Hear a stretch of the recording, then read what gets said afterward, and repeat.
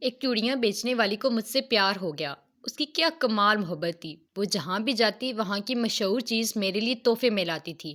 وہ میری خاطر میرے شہر میں 4 سال تک رہی۔ روزانہ میری منتیں کرتی اور روتی رہتی تھی اور کہتی تھی کہ میری ناز شادی کر لے۔ میرے لگاتار انکار پر وہ واپس اپنے آبائی گاؤں جھنگ چلی گئی۔ کچھ عرصے بعد میں اپنے دوستوں کے ساتھ بہو سلطان کے مزار پر گیا۔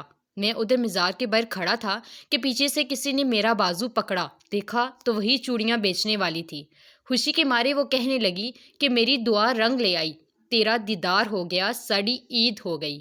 میں جب بھی دربار پر آتی تھی تجھے دعا میں مانگتی تھی۔ اب تیرے لیے بیٹھی ہوں، شادی نہیں کی۔ پھر اس کی آنکھوں میں آنسو آ گئے۔ کہنے لگی، بھیک مانگنا، چوڑیاں بیچنا میرا قصور تو نہیں ہے نا؟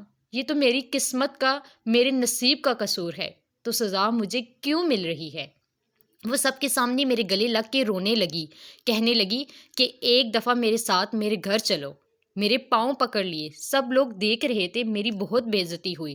لوگوں کا مجمع لگ گیا۔ دوستوں نے بولا کہ چلو ایک دفعہ ہو آتے ہیں۔ میں نے ہاں کر دی تو وہ بھاگ کر گاڑی میں بیٹھ گئی۔ اس کا گھر 50 کلومیٹر دور تھا۔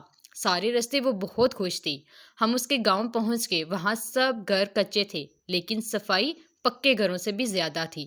سب لوگ مجھے عجیب نظروں سے دیکھ رہے تھے۔ ہم ان کے گھر پہنچے تو اس کی سب سہیلیاں جمع ہو گئیں۔ پھر اس نے ہمارے لیے کیا مزے کا کھانا بنایا۔ اس کے گھر والوں نے مجھے بتایا کہ یہ لڑکی تو سارا وقت تمہارے نام کی تسبیح کرتی رہتی ہے۔ اور پھر جب ہم واپس آنے لگے تو اس کی آنکھوں سے آنسو نہیں رک رہے تھے۔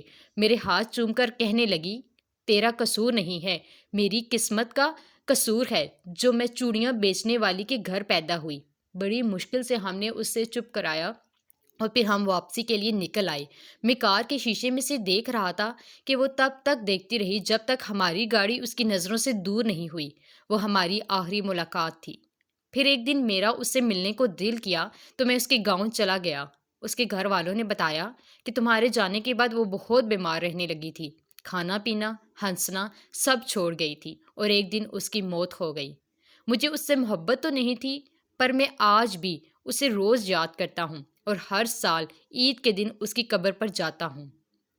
تیرے بعد نظر نہیں آتی مجھے کوئی منزل، تیرے بعد نظر نہیں آتی مجھے کوئی منزل، کسی اور کا ہونا میرے بس کی بات نہیں۔